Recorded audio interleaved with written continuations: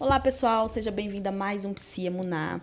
Hoje nós vamos falar de algo muito importante e que muitas vezes nós temos questionamentos, nós temos dúvidas, nós temos pergunta e não resolvemos. E aqueles momentos também que nós ficamos perguntando quem vai responder essas perguntas.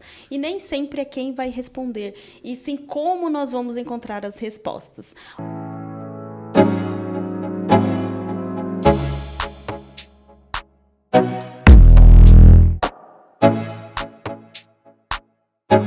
Hoje nós temos um convidado muito especial, o nosso líder de conjunto, o irmão Marcos.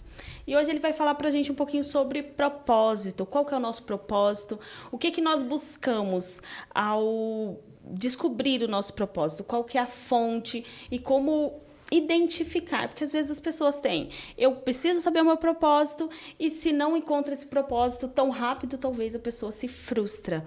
Mas a questão não é uma corrida para alcançar o resultado final e chegar. A questão principal é identificar e saber o que fazer com essa informação que nós alcançamos. Perfeito. Pode se apresentar? Gente, paz do Senhor a todos. Deus abençoe a vida de todos vocês, todos os ouvintes, acompanhantes, seguidores desse canal maravilhoso, que já tem abençoado a minha vida e minha casa também. Nós somos inscritos assíduos e amém. Somos do sininho lá, ouvimos o sininho.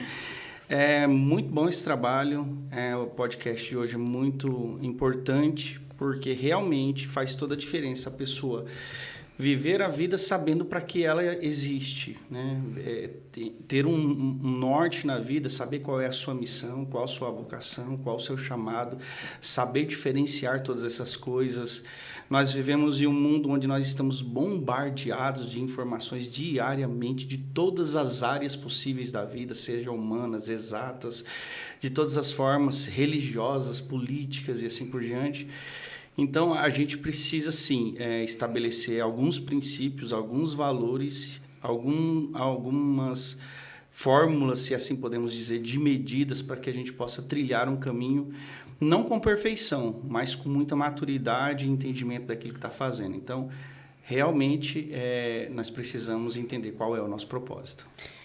Falando um pouquinho do senhor, da sua atuação, o senhor trabalha hoje com jovens aqui na igreja, tem muito tempo lidando com esse grupo específico, provavelmente já tem trabalhado sobre essas questões também, né? Principalmente porque ela surge muito nessa questão nessa área da vida da juventude.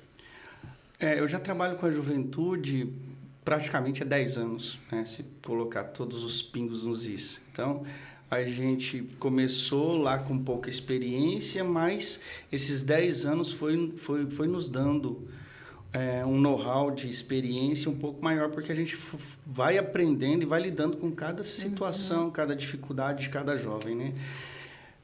Falando um pouquinho da minha formação, até para a gente entender um pouco, eu sou formado em teologia, bacharel, sou pós-graduado em docência do ensino superior, sou pós-graduado em Novo Testamento, que é uma área que eu atuo e gosto bastante.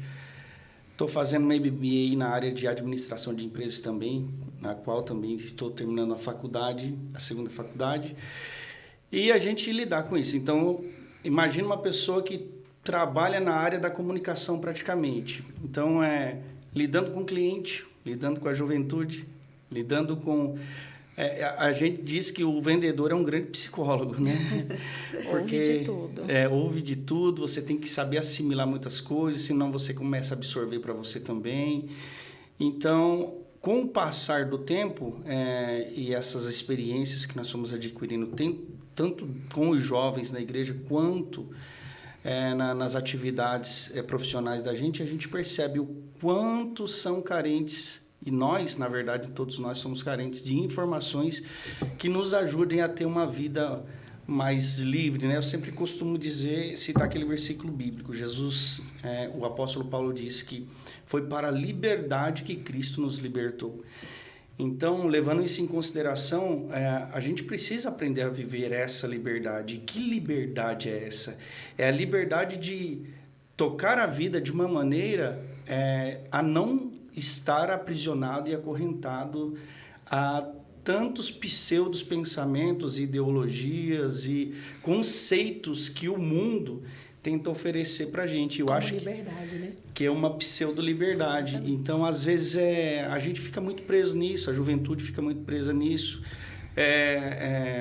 no status que ela precisa apresentar para a sociedade, para que ela não se frustre e não frustre a sociedade que está ao redor. Então, é mais ou menos nisso que funciona o propósito, porque o propósito de vida, ele vai nos nortear, vai nos dar uma responsabilidade diante de Deus e, claro, com algumas responsabilidades com a sociedade, mas o foco principal do propósito de vida é entender a vontade de Deus e não andar segundo os conceitos estabelecidos pelo mundo. Então, isso é um princípio norteador já.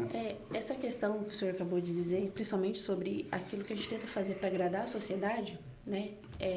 Isso é uma coisa que, principalmente a juventude de hoje, vive muito nesse sentido de que eu tenho que fazer algo porque a sociedade pede isso, porque se não for dessa forma, eu não estou inserido num grupo. Exatamente. Nessa corrida desenfreada de poder agradar o outro, a gente acaba não atentando para aquilo que realmente é o meu propósito de vida. Então, às vezes a gente pensa o seguinte: o meu propósito de vida é como se fosse assim, de acordo com o que a sociedade quer. Vou te dar um exemplo. Se uma dona de casa encontrou o propósito de vida dela, cuidando dos seus filhos, cuidando do seu lar, do seu esposo, aquilo ali é um propósito de vida dela. Sim, que ela encontrou, mas para a sociedade aquilo ali não é um propósito de vida.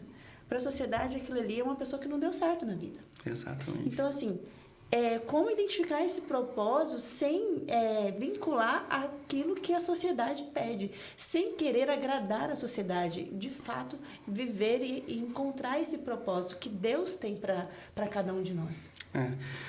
Então, a gente parte do pressuposto de pelo menos 2 pontos de vista. Eu acho que a pergunta que norteia, que a sociedade, que a humanidade sempre se fez da onde eu vim, o que eu estou fazendo aqui e para onde eu vou. Essa é a pergunta filosófica que move todas as gerações praticamente. E a resposta depende. Depende porque tem aqueles que acreditam no ser soberano, criador de todas as coisas, e a partir daí surge um propósito de vida. E tem aqueles que não acreditam. Então, por exemplo, vamos partir do pressuposto do diálogo de um ateu, uma pessoa que não acredita em Deus, e aquele que acredita em Deus. Aquele que não acredita em Deus, ele vai dizer que Deus não existe e não existe prova para isso. Então, dentro dessa visão, ele não sabe de onde ele veio, não tem uma resposta para isso, não sabe o que ele está fazendo aqui e não sabe para onde ele vai. Para onde vai. Exatamente. E para o ateu, então, fica meio perdido. O próprio Dostoiévski, ele disse o seguinte, que se Deus não existe, tudo é permitido. Então, se Deus não existe e tudo é permitido, logo não existe uma lei moral estabelecida no mundo, né, para a humanidade. E a pergunta que a gente se faz se Deus não existe, o porquê que existe uma lei moral estabelecida dentro do coração do ser humano? Por que o ser humano sabe que matar é errado? Quem estabeleceu? Né? Quem estabeleceu isso no coração do ser humano? Isso nasce com o ser humano. Ele sabe que praticar alguns crimes, como roubar, é errado. Ele sabe que praticar qualquer outro tipo de crime é errado. É a base da lei que move o mundo. E isso está estabelecido no coração do homem. Você pode pegar aí na tribo mais isolada que existe no mundo e vai existir esses princípios, esses padrões estabelecidos no coração do ser humano. Então, isso são indicadores de que existe, e a gente poderia citar outros exemplos de que apontam para a existência de um Criador Supremo. Agora, você pode perguntar, Deus existe? Do ponto de vista científico, a gente não pode dizer que ele existe, porque Deus não é algo que pode ser colocado em uma teoria e ser provado. Porque a gente só pode dizer que existe alguma coisa quando ele passa pelo teste da experiência. Então, uma teoria, ela se torna uma teoria, ela passa pela experiência e ela se torna uma lei. Então, esse é o processo É experimental. algo que precisa ser observável. Né? Exatamente. Deus não é um ser observável. Você não pode pegar Deus e colocar no microscópio, fazer um teste e falar, não, Deus existe porque ele passou pelo teste da experiência. Nesse ponto de vista, não. Agora, Deus existe como um axioma. O que é um axioma? Filosoficamente, é algo que muito provavelmente existe, mas que nós não temos como comprovar cientificamente. Por exemplo, existe um axioma criado por um matemático, esqueci o nome dele, e ele diz que duas retas paralelas, ele criou um teorema, um axioma, e ele diz que isso é verdade, e todos os matemáticos concordam que é verdade. Porém, para se provar a veracidade, passar pelo teste de experiência, teriam que ter duas réguas do tamanho do universo para medir essas retas, para assim, então, falando, passou pelo teste da experiência, então realmente é uma lei. Então se torna um axioma, que não é uma lei, mas é algo que é muito provável que seja uma verdade. É a mesma coisa se eu fizer isso aqui. Isso aqui vai cair se eu soltar no chão? Você vai dizer que sim. Por quê? Nós conhecemos a lei da gravidade, isso e aquilo, e ele vai cair. Mas, se eu não soltar e ele não cair no chão, não tem como eu provar para você dizer que ele vai cair.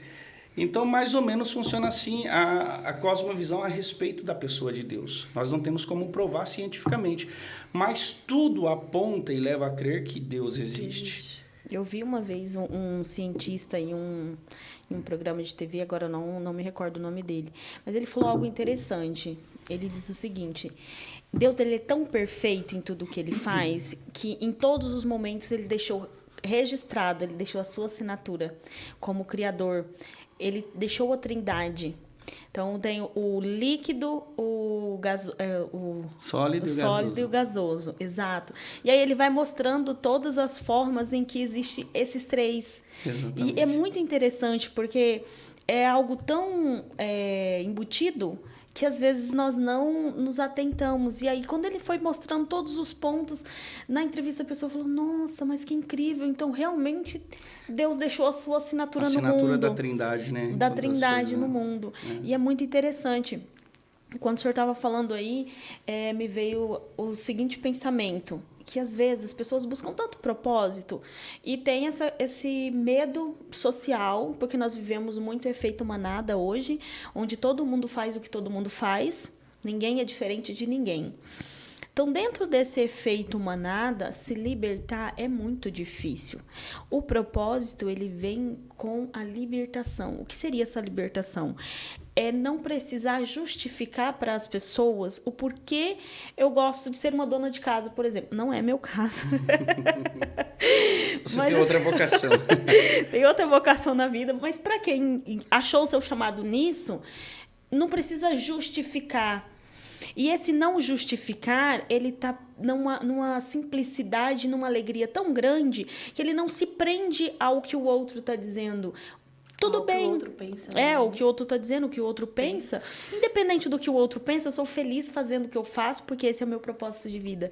Então, o propósito ele também vem com uma libertação, uma liberdade muito grande, porque a pessoa ela não se prende o que todo mundo quer, ela prende ao que ela entendeu que é verdade para ela e como que ela vai se desenvolver ali.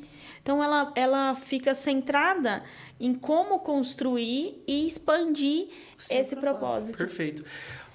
Sobre propósito, a gente pode estabelecer pelo menos 3, eu posso dar 3 conselhos. E aí eu não estou estabelecendo isso como regra, mas como uma experiência de vida que eu adquiri. Eu ouvi isso e trouxe para a minha vida e eu acho muito importante.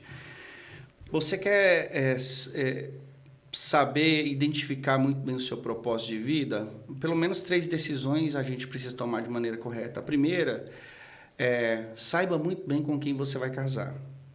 Porque a pessoa que você escolher para estar ao seu lado o resto da vida, e aí eu estou falando do ponto de vista cristão, que defende que o casamento ele é monogâmico, ele é duradouro, indissolúvel. Então, para os cristãos que entendem isso e acatam esse princípio de Deus, primeiro, escolham bem em Deus a pessoa com quem você vai casar, a pessoa que você quer pôr do seu lado para ver o restante da sua vida ao lado dela.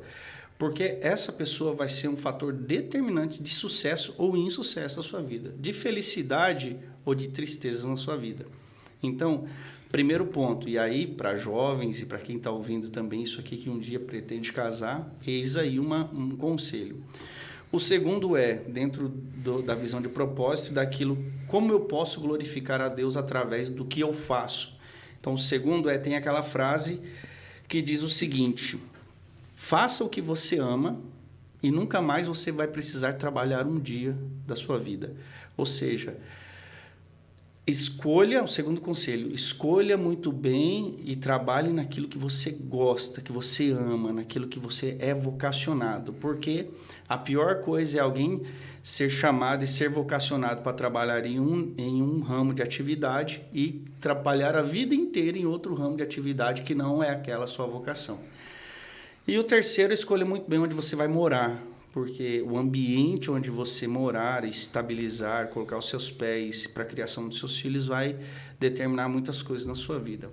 Voltando sobre o princípio de profissionalismo, outro dia eu estava lecionando em uma escola bíblica dominical e falando sobre glorificar a Deus através das nossas profissões, né? Do nosso propósito, da nossa vocação. E aí alguém levantou e falou, irmão, eu sou pedreiro. Como é que eu vou glorificar a Deus através da minha profissão? Aí o Espírito Santo me fez lembrar de um projeto que uma juventude fez, acho que iniciou em Bragança Paulista, ou no interior de São Paulo, e está pela capital agora. Aí eu lembrei disso e falei para ele, olha, o senhor trabalha na construção civil, o senhor é pedreiro. Tem uma galera aí, uma juventude aí, que também fez a mesma pergunta que o senhor está fazendo para mim. E fez, como é que a gente pode glorificar a Deus sendo pedreiro, construtores civis? E eles eram, a maioria, estudantes de engenharia civil. E aí, cristãos, a chama do Espírito Santo ardeu no coração deles e eles falaram, vamos fazer alguma coisa na nossa profissão para glorificar a Deus. O que fizeram? Começaram a fazer uma campanha de arrecadação de materiais de construção na comunidade onde eles estavam, explicando que eles queriam abençoar a vida daquelas pessoas que estavam desabrigadas ou que estavam vivendo em casas sem condições ou abaixo da linha da pobreza, e eles usar a mão de obra deles, a vocação deles para abençoar essas pessoas.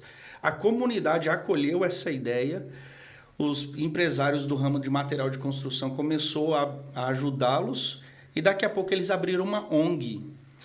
E isso foi construindo, ganhando corpo, ao ponto que o ano passado eles entregaram 61 casas construídas para as pessoas de baixa renda que viviam naquela comunidade. Então, como glorificar a Deus através do nosso chamado? Você pode ser um pedreiro, encanador, eletricista, um empresário, advogado, psicólogo. Aonde você estiver, use a sua vocação da melhor forma possível para abençoar a vida das pessoas. Então, propósito nós entendemos como isso. Como você entender qual é a sua vocação, que é o conjunto de habilidades naturais e sobrenaturais que existem na sua vida, e você utilizar essa vocação, esse conjunto de talentos que você possui para abençoar a vida das pessoas. Eu sempre digo que a vida só tem sentido se você estiver ajudando alguém. É o que a gente fala assim, como cristãos, a gente está aqui para servir. Mas tem pessoas que conseguem encontrar esse propósito de vida, mas ele não está aqui para servir. Perfeito. E tem pessoas que ainda não encontrou, mas em tudo que ele faz, ele está disposto a servir. Então, assim, é uma coisa que a gente tem que deixar bem clara, que nós estamos aqui para servir. Nesse sentido, eu vou executar exatamente aquilo que Deus tem para a minha vida e eu vou viver esse propósito de vida em sua plenitude. Ao passo de que se você não tem alguns princípios, você não consegue exercer essa plenitude. E aí você tem a sua vocação, você tem o seu propósito de vida, você encontrou aquilo, para aquilo que você é vocacionado, mas não serve ao próximo. Perfeito. Então, nesse sentido, você não está exercendo exatamente o seu propósito. Você tem sua vocação. Então, como propósito, mas para o fim errado, né? Exatamente. Partindo ainda daquela ideia que a gente comentou no início, de ateu e aqueles que acreditam em Cristo, então tem duas visões. Aqueles que vão seguir a linha do propósito para o fim pessoal, que é aquilo que a maioria das pessoas, e eu vou dizer, não vou generalizar, dizer que todas as pessoas que não são cristãs têm essa ótica, não. Tem muita gente com um coração muito bom, que mesmo não sendo cristão, utilizam o seu propósito da melhor forma. Mas a maioria das pessoas que vivem hoje no mundo capitalista, não tenho nada contra o capitalismo, mas o mundo cada dia mais se torna um sistema mundial onde o financeiro é o que fala mais alto, o status é o que fala mais alto, né? A classificação da sociedade por classe A, classe B, classe C, classe D e assim por diante. Então, existem aquelas pessoas que utilizam seus dons, seus talentos, suas vocações com o propósito de alavancar o seu status pessoal, a sua vida pessoal. E existem aquelas pessoas que encontram em Deus os princípios e aí eles vão começar a enxergar que o propósito de vida para eles, a vocação deles precisa ser direcionada para Deus. Porque quando nós nos encontramos com a palavra de Deus, ela faz todo sentido, ou pelo menos é para fazer todo sentido em mudança na nossa vida. A Bíblia diz o seguinte: e conhecereis a verdade vos libertará. Se o Filho do Homem vos libertar, verdadeiramente sereis livres. Livres de quê? Livres de um mundo de pecado, livres de um mundo do conceito que o mundo tenta estabelecer e colocar na nossa vida como o que é certo e o que é errado. Então, quando nós mergulhamos e entramos para o mundo cristão, para o mundo da fé, da espiritualidade, com um pensamento voltado para os princípios bíblicos, a nossa visão ela começa a ser moldada, ela precisa começar a ser modificada.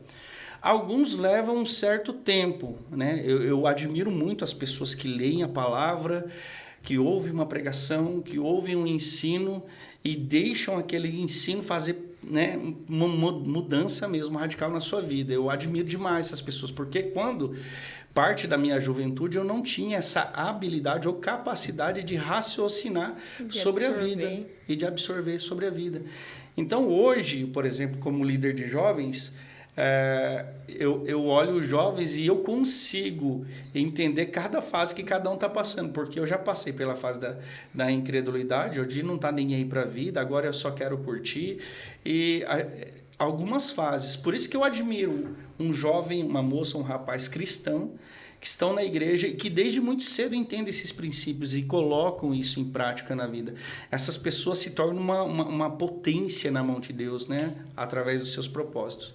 Enfim, mas quando nós enxergamos a palavra de Deus e trazemos ela para o nosso coração do ponto de vista teísta, ou seja, do teísmo, de acreditar em Deus e colocar a palavra de Deus como princípio básico da nossa fé, é importante que isso entre na nossa vida, e eu sempre bato isso nas pregações, nos ensinos, nas palestras, nas escolas bíblicas dominicais, que a palavra de Deus ela entra na nossa vida para nos tornar uma nova criatura, para nos tirar de um mundo e colocar em outro mundo. É uma transformação mesmo. É uma transformação. A própria palavra de Deus diz em Colossenses que Deus nos tirou do reino das trevas e nos colocou no reino de Jesus, no reino da luz. Então, se nós vivíamos em um reino com um rei e com as leis desse rei, se Deus nos tirou de lá e nos colocou em um outro reino, onde o rei é Jesus, nós somos seus súditos, e essa que é a nova lei que nós temos que seguir, eu não posso agora viver nesse reino como eu vivia lá. Eu não posso ter agora os mesmos princípios, os mesmos valores que eram estabelecidos e colocados para mim quando eu vivia no reino das trevas. Agora eu sigo esses princípios, e esses princípios precisam nortear a minha vida e fazer sentido. É nisso que os cristãos foram a primeira vez chamados de cristãos de verdade em Antioquia, quando as pessoas olhavam para as pessoas seguidoras de Jesus e falavam: não, vocês parecem com Cristo. E daí surgiram, então, os cristãos, que significa pequenos cristos. E isso precisa fazer sentido para nós hoje, porque estabelecendo esse princípio de Cristo e da palavra dele em nossa vida, aí a gente vai ter uma visão de reino diferente. Aí a gente vai perceber, Rivane e Merali, que em Mateus capítulo 5, no Sermão do Monte, Jesus, ele, no primeiro grande ensinamento dele, ele começa a estabelecer o que é o reino dele e quais são os princípios que ele quer que os súditos dele entendam e vivam. Então, enquanto o mundo prega que o sucesso é você ter os maiores números de títulos possíveis, que não é errado para o cristão também, mas e que você deve ter uma conta bancária recheada, e que o status social seu é que vai determinar o seu grau de sucesso, Jesus Cristo ele vem na contramão. E aí nós dizemos e aprendemos que entender o nosso propósito à luz do reino de Deus é entender os princípios de Cristo e andar na contracultura em relação à cultura do mundo. E aí Jesus ele começa o Sermão do Monte dizendo: bem-aventurado sois vós, pobres de espírito, porque de vocês serão o reino de Deus. O que é ser pobre de espírito? O maior pecado que existe no mundo, que é a raiz de todos os outros pecados, chama-se orgulho. O orgulho, assim como o amor, lá em Gálatas 5 fala sobre o fruto do Espírito. Aí começa como amor, aí paz, longanimidade, benignidade, mansidão, domínio próprio, fé, alegria. Tudo isso faz parte do fruto do Espírito. É uma laranja com vários gomos, onde o amor é o sentimento principal que gera as demais características do fruto. No pecado, o orgulho é o pecado que gera facções, divisões, invejas, sentimento de poder e qualquer outra coisa. Então, o orgulho é a raiz, é o pecado raiz de todo mal. Jesus, no primeiro grande ensinamento dele, ele fala: bem-aventurados sois vós, pobres de espírito. Pobres de espírito significa humildes de espírito, simples de espírito, ou seja, bem-aventurado não é o orgulhoso, mas é aquele que entendeu que mesmo tendo uma vida simples, uma vida humilde, dentro do contexto social, você é feliz, você pode ser feliz, porque bem-aventurado é seja feliz. Felizes são aqueles que entenderam que ser humilde de espírito e simples de espírito, não tem o orgulho na sua vida, não tem esse desejo desenfreado que o mundo tanto prega. Felizes são os humildes de espírito, porque deles serão o reino dos céus. Aí Jesus continua estabelecendo novos princípios. Bem-aventurados são os que choram, porque vocês serão consolados. Não está falando que é para a gente criar um movimento dos chorões, né? Vamos chorar porque Jesus falou que feliz é quem chora. Ele está dizendo: feliz é quem chora, é feliz quem tem sensibilidade pela vida do outro. Feliz é quem entendeu os princípios de Deus e entende que agora a gente pode fazer uma ligação aqui, porque no Antigo Testamento existiam 613 leis, preceitos de Moisés. Aí os fariseus perguntam para Jesus: qual é o maior mandamento? Aí Jesus diz: amar a Deus sobre todas as coisas e o próximo como a ti mesmo. Jesus resumiu todos os mandamentos em apenas um, que é o amor. Amor a Deus e ao próximo. E essa é a fase difícil que nós estamos vivendo, né? Porque a pessoa às vezes não se ama, como ela vai amar o próximo? Exatamente, faz todo sentido. Fica complexo esse amor, ele fica incompleto. Se não se ama a si mesmo, né? E como é que eu me amo a mim mesmo? Não é aquele amor hedonista, egoísta. Não, o amor próprio que a Bíblia ensina é o fato de eu entender o meu lugar no reino e saber que eu estou aqui para servir.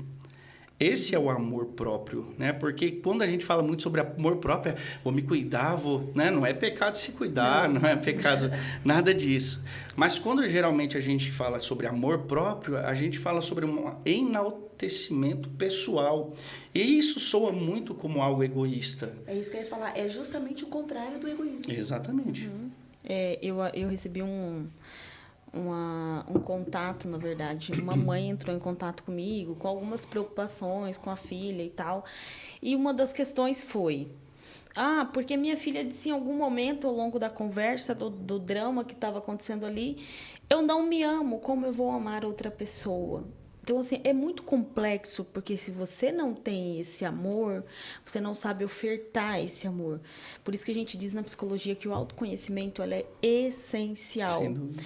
tanto para o amor, para eu saber cuidar desse corpo, dessa vida, dessa alma, quanto eu oferecer esse amor para o outro. E ele é tanto importante para o autoconhecimento quanto para propósito. Tenho um autor, um psicólogo, na verdade, muito, muito legal as leituras dele. O nome dele é Viktor Frankl. E ele foi desse propósito, porque quando ele passou por um momento difícil, que foi na época ele foi para o campo de concentração, entrou no campo de concentração. Ele, a esposa gestante, pai, mãe, entrou a família inteira. A única pessoa que saiu viva foi ele. E ele falava o seguinte, que ele só saiu com vida porque ele tinha um propósito. Para ele, naquele momento, o propósito dele era: eu preciso relatar a experiência de estar desse lado de dor e de sofrimento para me relatar para as pessoas depois que eu sair daqui. Então, o propósito dele era construir um legado para deixar para outras pessoas que passassem pelo mesmo que ele iria passar. Resultado, ele criou uma forma de terapia muito interessante, muito eficaz, onde eu observo algo traumático que eu vivi sem carregar aquela dor, aquela angústia, aquele tormento. Mas ele só construiu isso porque ele entrou no holocausto com um propósito. E o restante da família dele inteira não sobreviveu porque eles não entraram com um propósito ou um propósito semelhante. Então, tem escritos de quando ele estava lá no campo de concentração que ele acrescentou às obras depois que ele saiu, começou a construir essa teoria dentro da psicologia. Então, assim, o propósito, ele serve para sustentar nos momentos difíceis, né? Da mesma forma que ele traz a liberdade, ele também traz o sustento. Porque quando chega aquele momento, e agora? Sobra o quê? O que eu vou fazer diante dessa situação difícil? Se nós entendemos o nosso propósito, nós também vamos entender como sobreviver àquele momento difícil. E às vezes as pessoas elas não conseguem identificar porque elas também não param para se ouvir, não param para se autoconhecer, para entender o que o corpo está dizendo, o que o emocional está dizendo. Então não consegue alinhar o que o corpo está dizendo com o que o emocional está dizendo, as minhas necessidades, e a partir disso entender o meu propósito. Porque o propósito ele não está ligado a algo grandioso. Não sei se seria esse o correto dizer, mas do meu ponto de vista, o propósito ele está ligado a algo que eu faço com amor e que isso é importante, independente do que seja. É grandioso, né? É que talvez não seja grandioso aos olhos da social, humano, quando a gente vai exatamente. Equilibrar, né, status social, essas coisas, né? Ele não tem aquela grandiosidade. Que, por exemplo, a gente vê muito vídeo de gari que vai trabalhar naquele dia e o pessoal filma aquela pessoa feliz e divertida que tá ali e fala, não, eu amo fazer isso aqui. Esses dias eu tava numa empresa e aí eu fazendo uma pesquisa com ela. E eu perguntei, o que a senhora faz na empresa? Ela falou assim, eu limpo, eu faço café pro pessoal, eu organizo tal coisa, eu faço chá. Aí, dali a pouquinho, ela olhou para mim e falou assim, você já toma café? Nossa, eu amo fazer café. Eu amo fazer o que eu faço. Então, assim, ela encontrou o propósito dela ali. Isso aí. Independente se ela tem estudo, se ela não tem, ela tá ali porque ela se sente bem fazendo. Então, é legal isso. E tem algumas pessoas que vão mais além. Por exemplo, você falou sobre gari. Outro dia eu vi uma reportagem de uma mulher gari. Ela não é... Acho que a nomenclatura certa não é gari. Ela é catadora de materiais recicláveis. Uhum. E ela e o marido dela puxa uma carrocinha e ela... Acho que eu vi alguma coisa. E ela vai ajuntando os materiais. O que ela falou? Eu preciso... Se Deus me deu e me colocou nesse ambiente, e aqui é o meu ganha-pão, essa é a minha vocação, eu vou dar o meu melhor. O que ela fez? Ela criou uma ONG, onde ela começou a ensinar as pessoas, as mulheres da comunidade, a construir móveis de material reciclável. Cara, é possível da pedra você tirar água. É possível você, aonde você está, no seu trabalho. Outro dia nós estávamos conversando em um grupo de jovens lá em casa, algumas moças conversando, e a gente falando sobre isso, sobre propósito, sobre profissão. E aí, eu sou da área de administração de empresas, aí tinha mais uma jovem, do nosso conjunto, que também falou sobre algo, sobre como eu posso glorificar a Deus, né, através da administração de empresas. Falei, vamos criar um núcleo na igreja para ajudar as pessoas físicas que estão passando por dificuldade por falta de organização financeira. Vamos criar um núcleo tanto administrativo, de administração, de consultoria, quanto um núcleo jurídico para ajudar os pequenos empresários, médios empresários, até os grandes empresários que estão passando por dificuldade e às vezes estão passando por dificuldade. Existem soluções palpáveis, concretas e ainda sofrem por falta de conhecimento. E a gente pode ser uma mão amiga estendendo para ajudar a pessoa através do ramo da administração. Então é possível, através de todas as áreas de atividades, através das suas vocações. Eu acho que é importante a gente pontuar aqui, a gente está falando bastante de vocação, chamado, propósito, é colocar cada coisa no seu devido lugar. Dentro do reino de Deus, e aí a gente vai falar mais como cristãos mesmo, de acordo com a palavra de Deus, chamado é quando Deus diz, quando Jesus disse, amai a Deus sobre todas as coisas. Esse é o principal mandamento. Então, esse é um chamado que nós temos. Todos nós temos um chamado, e é o mesmo chamado. Vamos diferenciar chamado de vocação. Todos nós fomos chamados para amar a Deus sobre todas as coisas. Essa é universal. Isso precisamos obedecer, porque Ele tem o que é melhor para nós. Segundo, o mesmo amor que é para amar a Deus é o amor que eu preciso dar ao meu próximo. Amar o próximo como a ti mesmo. Então, o primeiro chamado é o chamado em amor a Deus. E aí, quando Deus estabelece para eu amar, da mesma forma que eu amo a Deus, eu tenho que amar o meu próximo, essa é a minha missão. Então, qual é o meu chamado? Amar a Deus. Qual é a minha missão? Amar o próximo. E dentro do amor ao próximo, aí existe a minha vocação. O que é a minha vocação? É o conjunto de talentos naturais e sobrenaturais que existem em mim. Tem coisas que Deus fez nascer em você especificamente com talentos inatos a vocês, próprios a vocês. Igualmente a mim, igualmente a cada ser humano tem uma especificidade feita pelo próprio Deus, pela mão de Deus. Então são os talentos naturais. Dentro disso existem os talentos conquistados através do conhecimento. E dentro disso também tem os talentos que nós acreditamos cristãos sobrenaturais, que são os dons do Espírito Santo, que pode ser utilizado também da melhor forma possível para ajudar o próximo. Então, qual é o chamado? Amar a Deus. Qual é a missão? Amar o próximo. Qual é a vocação?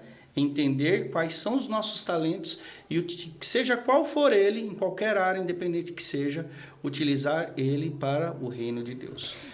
Essa questão, Marcos, principalmente na juventude. A gente sempre está assim, esperando Deus revelar o meu talento, minha vocação, para que aí eu possa fazer algo para Deus e para servir o próximo. De fato, exercer esse amor ao próximo. E aí você vê muitos jovens parados e aí fala, mas eu não descobri ainda o que Deus tem para mim. Exatamente. Esquece que a responsabilidade é minha, né? Exato. E aí a gente tem para pensar da seguinte forma. Como você disse, o servir um café é um ato de amor também. Um ato de amor. Então, o que eu fizer, quando eu faço bem feito, tentando ser útil no reino e agradar, não no sentido de só agradar as pessoas, não, no sentido de amar o próximo, eu estou fazendo algo para Deus, eu estou servindo naquele momento.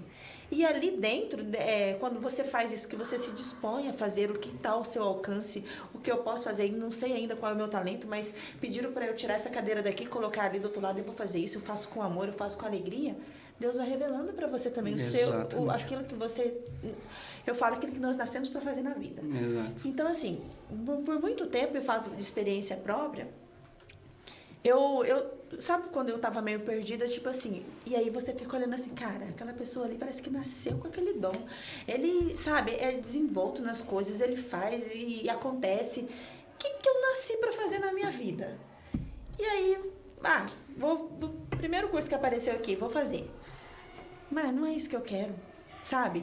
E aí, mas eu vou fazer. No meu caso foi assim, no primeiro curso. Eu fiz, descobri que não era bem aquilo ali, mas não vou desistir. Conhecimento ninguém pega, ninguém tira. Nunca é demais, nunca né? é demais. Terminei, atuei, realmente. Mas aí eu descobri dentro dessa atuação qual era o meu propósito de vida. Eu precisava passar por aquilo. Então, assim, às vezes a gente fica esperando algo grandioso se revelar. Exato. Ou então, Deus pelo descer fato... do céu, falar aqui. E falar, Rivane, você vai ser psicóloga agora. E quando eu entrei na psicologia, eu ficava assim, meu Deus, mas será que é isso mesmo que é pra mim? E quando eu descobri justamente essa fala, de que quando o seu propósito de vida é quando você glorifica o reino naquilo que você faz. Exato. Então, eu falei, poxa vida, eu tô ouvindo as pessoas e eu gosto. O que eu puder fazer para ajudar a pessoa no sofrimento, acolher o sofrimento dela. Se eu puder falar de Jesus ali naquele momento, ou às vezes só o fato de eu acolher, só o fato de eu não julgar aquela pessoa, essa pessoa vai ver em mim algo diferente. Eu estou fazendo algo para o reino de Deus.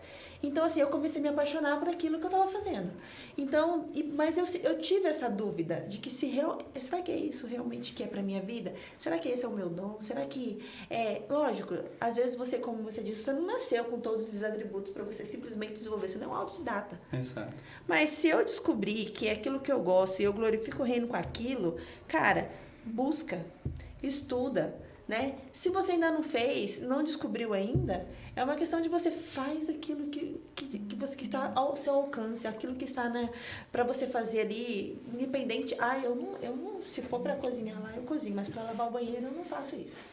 Então, às vezes, lavando o banheiro, você vai descobrir o seu propósito de vida. Exatamente. E as pessoas hoje estão querendo escolher as coisas para ser feita desde que é aceitável para a sociedade. Exato. E aí você simplesmente... Eu acho que você pegou um ponto principal que acho que é a maioria da dúvida dos jovens e das pessoas. Eu me assustei com aquela enquete que a gente fez no conjunto de jovens, porque a maioria, qual é a pergunta que eles gostariam de que Deus respondesse para eles qual é o propósito de vida deles. Então, jovem que está ouvindo, ser humano que está ouvindo esse podcast, pelo amor de Deus, o seu propósito, você foi chamado para amar a Deus sobre todas as coisas e a sua missão é servir o próximo como a ti mesmo, amar o próximo como a ti mesmo. A sua vocação são todas aquelas coisas que Deus colocou dentro de você quando você nasceu, são seus talentos naturais, são seus conhecimentos adquiridos e são os dons do Espírito Santo que Deus vai derramar sobre sua vida, te capacitando para você fazer e exercer a sua vocação, a sua missão na onde você passar. A Rivânia descobriu a missão dela, né? a vocação dela na psicologia. Merali também. Eu tenho a minha área de atuação. Cada dia mais, Deus nos surpreende com muito mais coisas. Essa semana eu vi um podcast do Thiago Nigro. O Thiago Nigro, recentemente, ele se entregou para Jesus, né? Sim. E ele é um cara referência no mundo financeiro hoje. E aí, eu ouvi algo dele que me maravilhou. E ele disse o seguinte, ele falou, olha, por que eu falo de Jesus agora em todas as minhas palestras? Aonde eu vou, sou chamado, um podcast, eu falo de Jesus e sobre os princípios de Jesus, porque esses princípios mudaram minha vida. Hoje eu enxergo, eu não sei por que eu não enxerguei isso antes, mas isso mudou a minha vida. E o que o Espírito Santo me ensinou com a fala dele é que Deus, antigamente a gente tinha muito aquele negócio de você vai pregar para os 4 cantos da terra, tu vai cantar para os 4 cantos da terra, e você vai ser espalhado, seu nome vai ser soprado no mundo, né? Tudo grandioso demais. Tudo grandioso demais. E a gente fica com esse ego inflado, né? E aí a gente aprende o seguinte, Deus deu um mundo para você, Rivânia. Deus deu um mundo para você, Merali. Deus deu um mundo para o nosso ouvinte. No seu mundo, se você falar uma frase, as pessoas vão ouvir você. Se eu entrar no seu mundo para falar a mesma frase, as pessoas não vão me ouvir, porque não é a Rivânia falando. E o que é seu para você e fazer. E o que é o meu mundo, as pessoas vão me ouvir, porque exatamente. É a minha vocação, é para isso que Deus me chamou. Além de ser a minha vocação, Deus está no controle dessa caminhada. Deus te deu um mundo, Merali, e todas as pessoas que Deus te colocou ao seu redor é o mundo que Deus te deu. E tudo que você falar para essas pessoas vai fazer sentido para a vida delas. E você vai mudar a vida de muitas pessoas através da sua fala. Mas se eu pegar a mesma gramática, a mesma fala, o mesmo texto seu e falar no seu lugar, não vai ter nenhum tipo de efeito. Eu ouvi uma frase que diz o seguinte uma vez, que o meu mundo é do tamanho do meu conhecimento, que encaixa bem dentro dessa questão. o meu mundo ele vai se expandindo conforme eu vou conhecendo, Sim. conforme eu vou aprendendo. Então, realmente, aquelas igual pessoas a que área estão da ali... psicologia. É amplo demais. Tem N coisas para você se especializar, para você trabalhar. Eu me encontrei dentro dela. Mas dentro dela tem um outro campo, que é o que eu quero. Que me enche os Exato. olhos. Que me faz ficar apaixonada, porque quando mais eu estudo, mais eu quero estudar sobre isso daqui. Que é a questão da sexualidade. Então, assim, nesse campo... Eu fui chamada para isso. E hoje eu vejo essa necessidade. Essa semana eu fui palestrar para casais, né? Em Cuiabá.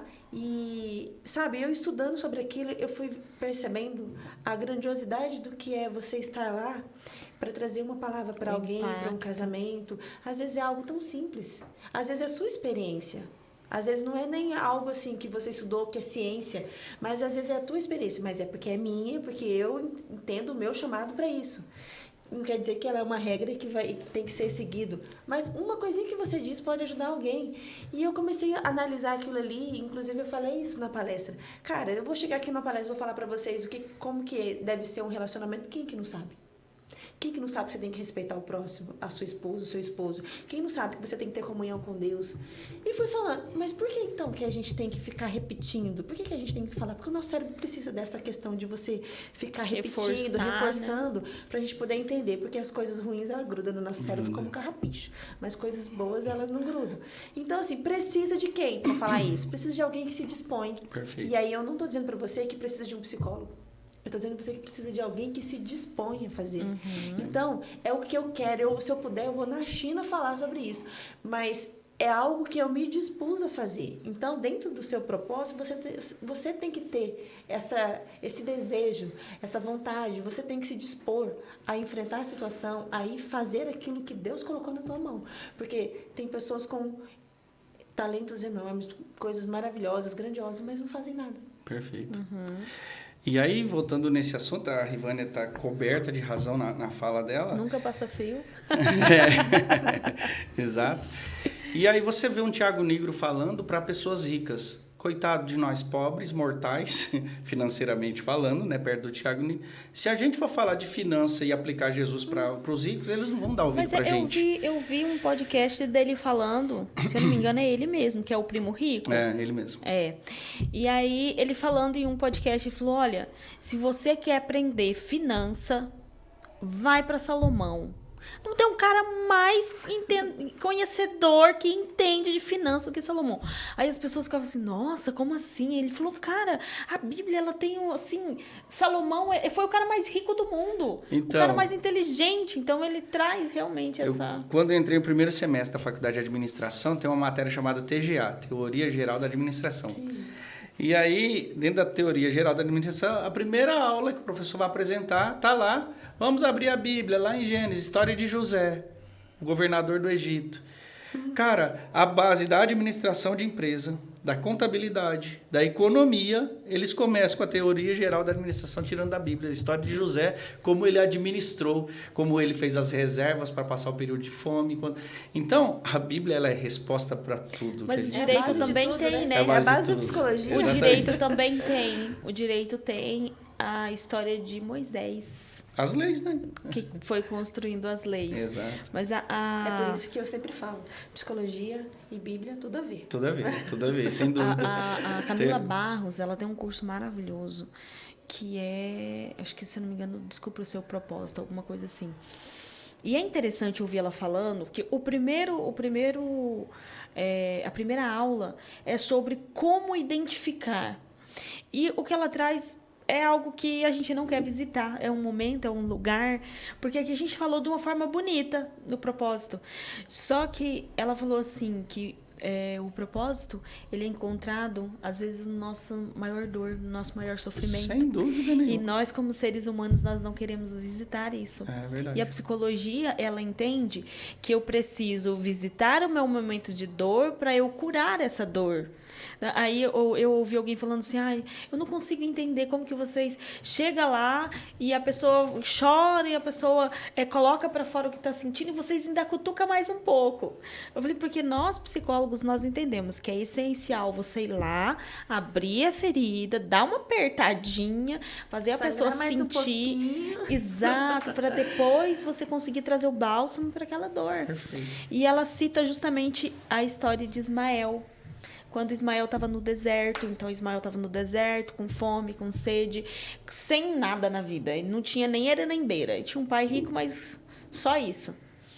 E aí ela fala que ele se tornou profissional dentro da dor dele. Ele se tornou o maior flecheiro da época. Foi mesmo. Né? Então, assim, ele conquistou algo que aos olhos humanos não era possível. Ou quem olhava a história dele não o identificava. Então, o propósito é visitar o seu momento de dor. E nem sempre vai ser fácil e bonito. Nós colocamos aqui até agora os momentos mais alegres, mais interessantes de descobrir o seu propósito. Mas propósito também é dor, é sofrimento. Mas eu sou angústia. a pessoa que posso falar com autoridade sobre isso. Eu só descobri o meu propósito, minha missão, essa cosmovisão do reino, depois que eu passei pelo câncer. Há 8 anos atrás, quando eu tive câncer, fui desenganado pela medicina, que eu vi os meus projetos, tudo aquilo que eu havia projetado dentro da racionalidade humana, serem desconstruídos de um dia para o outro. Aí eu tive que me reconfigurar e refazer e rever a minha fé. Foi onde Deus me imergiu, né, dentro do propósito dele, do reino dele. Eu glorifico a Deus que eu consegui, através do poder do Espírito Santo, enxergar, né, esse chamado, esse propósito. E eu sempre digo nos meus testemunhos por aí que a melhor coisa que me aconteceu depois da minha salvação e do meu casamento, do estabelecimento da minha família, foi o câncer. Porque o câncer foi o deserto que Deus me deu para que eu pudesse abrir os olhos, sair todo tipo de espécie de escama espiritual das vistas e eu pudesse enxergar e realmente o meu propósito, minha missão. Não só eu, mas a minha família. Então, você falou uma grande verdade, Meirali. Os propósitos, as missões, as nossas vocações, elas são muito mais evidenciadas no momento de dor. A gente consegue enxergar ela. E aí a gente pode até usar a frase do pensador cristão irlandês chamado C.S. Lewis, que ele diz que o sofrimento é o megafone mais alto de Deus para a humanidade. E talvez é o melhor remédio. Então, quando as pessoas não ouvem as outras maneiras de Deus falar através da natureza, da criação, de tudo que existe, da própria Bíblia, do ensino, do conhecimento, elas não ouvem, continuam numa vida cega, errante no caminho, aí entra Deus, nosso Deus é um Deus pessoal, ele tem vontades. Em 2 Pedro 3,9, segundo livro de Pedro, capítulo 3, versículo 9, Pedro diz o seguinte, que a vontade de Deus é que ninguém se perca, mas que todos cheguem ao arrependimento e alcance a salvação. Então, você imagina um Deus que nos criou e que tem uma vontade, e a vontade dele é que ninguém se perca, mas que todos cheguem ao arrependimento e alcance a salvação. Qual é a ferramenta que Deus utilizou para que ele pudesse cumprir essa vontade dele? Né? Claro que Deus não vai salvar todos, mas o máximo de pessoas que ele puder levar para o reino, ele vai. Quem que vem cumprir isso? Jesus. E no Evangelho de João, capítulo 12, versículo 32, Jesus ele diz o seguinte, quando eu for levantado naquela cruz, eu atrairei todos até mim. Essa palavra atrair no original significa arrastar, trazer com força. Então Jesus é aquele que veio cumprir o desejo do Pai. O Pai não quer que ninguém se perca. Jesus subiu na cruz para entregar a sua vida por nós. E ele disse, eu vou atrair, eu vou arrastar vocês agora até... E de que forma Deus arrasta? Deus arrasta principalmente através da dor, principalmente através do sofrimento. Quantas pessoas a vida inteira têm uma vida egoísta, uma vida inteira pensando no eu, só no eu, e quando chega no final da vida, a misericórdia de Deus ainda alcança ele, e ele lá no leito de enfermidade reconhece seus erros, seus pecados, E Deus arrastou ele a vida inteira, mas chegou no final da vida. Que é exemplo melhor? O ladrão que estava ao lado de Cristo. Perfeito, exatamente. Né? Teve uma vida inteira de pecado e foi um bem-aventurado de ser crucificado ao lado de Jesus, né? Mas essa questão é atitude, né? Atitude. Só foi possível porque ele teve atitude. Enquanto o outro não teve. Ele não esperou Deus falar assim, estava ali do lado dele e falar, olha, esse é o momento, fala, tô esperando. Vai falando que eu tô te ouvindo. É igual o filho pródigo, né? Levantar-me-ei e irei ter com meu pai. É levantar, bater a poeira, ver aquela vida que você está levando, um momento de deserto, e falar, não, agora é hora de ir para casa do pai. É hora de olhar para o pai, entender a minha vocação, o meu chamado e entender o meu propósito. É isso que o Menor falou, ter atitude, porque tem gente que está sofrendo, tá lá e não tem essa atitude. Então, não vai você está resolver. sofrendo, não é um sofrimento em vão. Uma hora ou você entende que você precisa ter uma atitude ou não, né? Mas assim, você precisa levantar, você precisa se dispor, você precisa ter essa atitude de sair daquilo e usar aquilo ali como uma arma para você, sabe? Fazer o bem, como algo que te ajudou e não ficar preso ali naquele passado de sofrimento. Porque Perfeito. é justamente essa questão, sabe? Na psicologia, as pessoas falam assim, você resolve esse problema? Não, eu não resolvo nada. A pessoa tem que querer. 50%, você tem né? que querer. Você quer. Então, se você quiser, a gente tem ferramentas para poder te ajudar. Mas é a pessoa que quer. Adianta você chegar para você falar assim, Marcos, olha, seu problema é esse. E para você resolver, você precisa fazer isso. Eu não quero. E aí? Então, você precisa olhar esse sofrimento e tirar algo bom, tirar uma lição disso, olhar para trás e ver que aquilo ali te causou sofrimento e, a partir de agora, eu posso ajudar alguém que está passando pelo mesmo problema, né? Tira um proveito disso tudo, tem alguma atitude, né? E caminha. O negócio, além de a gente compreender o nosso propósito, a gente tem que sentir alegria nele.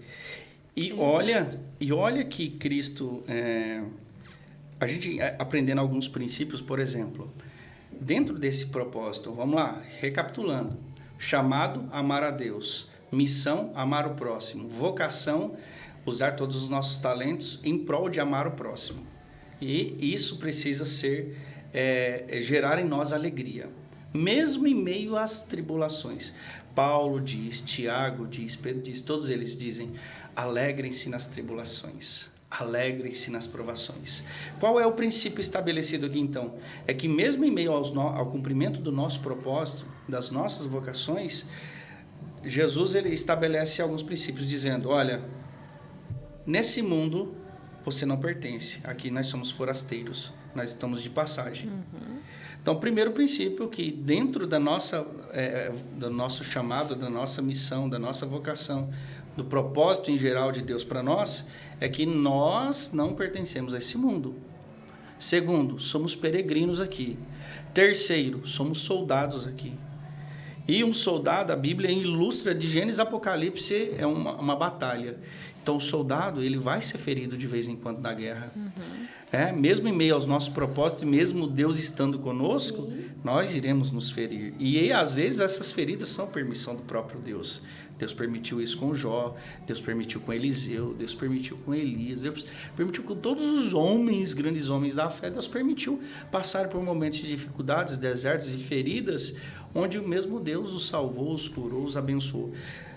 E a nossa visão se completa em que tudo isso, nós somos embaixadores de Cristo, representamos Ele aqui, estamos numa missão especial, Deus nos deu ferramentas suficientes, o mundo não nos pertence, não devemos andar segundo o conceito do mundo, não devemos estabelecer os princípios que eles definem para nós, mas aí entra, devemos ser sal, devemos ser luz, nós que devemos ser os influenciadores em relação ao mundo. E a nossa recompensa. Não trabalhar em prol de uma recompensa, porque isso se torna mais uma coisa egoísta. Eu vou batalhar, lutar aqui porque o céu está cheio de ouro para mim. Não é isso. É saber que um dia nós teremos uma vida eterna de paz, alegria que o próprio Pai está oferecendo para nós. Então, a cosmovisão cristã a respeito de propósito é basicamente isso, é entender o chamado de Deus e cumprir na íntegra aquilo que nós somos chamados. Ser feliz naquilo que Deus te chamou, independente do que seja. Perfeito. Exatamente isso. É aquele verdadeiro floresça onde Deus te plantou, né? Floresça onde Deus te plantou. Exatamente Excelente isso. expressão. Muito bom. Nesse momento, nós gostaríamos de agradecer a participação. E tá aberto o convite para voltar mais Pode vezes, vir para quantas vezes, participar viu? conosco. Manda um assunto aí e a gente vai conversar. Que legal, gente. Eu que agradeço o convite, de verdade. Estar perto de vocês esse ano, junto, trabalhando na diretoria dos jovens e sabendo desse belo trabalho, que isso aqui, eu tenho certeza que nada mais é do que vocês derramando da vocação de vocês em prol das pessoas, do próximo. Aqui vocês não estão sendo remuneradas, vocês não estão buscando exaltação própria, não estão buscando uma consolidação no mercado de youtubers. Não, a gente sabe que vocês estão aqui derramando aquilo que Deus colocou na vida de vocês. Então, hoje eu acho que mais do que especial, falar sobre propósito está sendo um tanto quanto especial para nós, principalmente para vocês aqui, porque vocês realmente estão cumprindo aquilo que Deus colocou como missão para vocês e usando da vocação do melhor que vocês têm para derramar na vida das pessoas. Continuem assim. E eu tenho certeza que Deus tem se agradado e vai continuar abençoando e ajudando muitas pessoas através da vida de vocês, tá? Amém. Muito obrigado e Deus prepare outro momento para a gente falar sobre outro assunto. As portas estão abertas. Amém. Deus abençoe vocês.